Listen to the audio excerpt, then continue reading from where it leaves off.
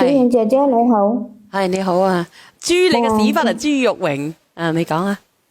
小燕姐姐，其實咧我都好鍾意睇你直播嘅。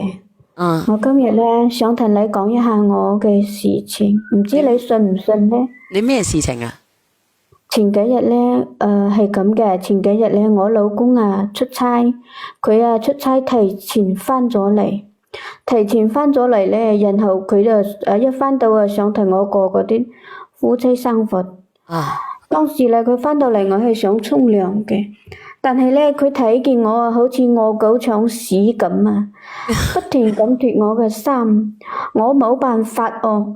咁我推開佢咧，我力氣又唔夠佢大，係咪啫？佢咧就開始捏我下面，但係佢捏我下面嘅時候咧，佢又發現我下面有個頭。佢有個頭咧，但係呢個我可以解釋嘅，係咪啫？我係個正常女人嚟噶嘛。平時我老公啊，經常都出差，好少喺屋企，係咪啫？平時佢唔喺屋企，我都係正常女人嚟嘅，生理虛弱，係咪啫？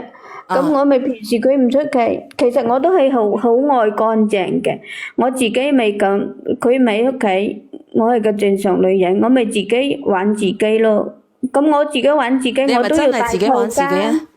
真係啊，我自己玩我自己啊，電動㗎，我都要戴頭㗎。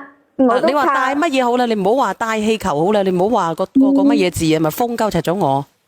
唔好意思。咁我都要戴氣球㗎，係咪啫？咪我都怕感染㗎，係咪啫？怕嗰啲婦科咩㗎，係咪啫？咁啊，你唔使係咪啫？你戴你就戴，你唔使問我咧係咪啫？我點知你係咪啫？我又冇睇過你。咁我戴嗰氣球噶嘛，咁啊佢睇見啦，佢啊扯住我頭髮打，仲講我同隔離鄰居有路，佢啊仲去人家嗰度鬧嘈人哋。咁啊，佢哋兩個人仲打起身，你隔離鄰居嘅老婆，佢又翻嚟打我，咁咪打到你半死。咁佢而家要講要離婚，所以我想叫你叫佢啊，連你接波，你幫我勸下佢啊，我真係唔想離婚。你約佢定係我約佢啊？如果我約佢，我唔約噶喎。你幫我勸下佢啊！你幫我叫佢連線啊，連你接播啊！你約佢就得，我約佢我約唔到啊，姐姐。你幫我勸下佢啊！我真係唔想離婚㗎。你約佢，你叫佢上嚟。我想你幫我約佢啊！你約佢，姐姐。你俾我電話我，你可以回關我，又得，可唔可以？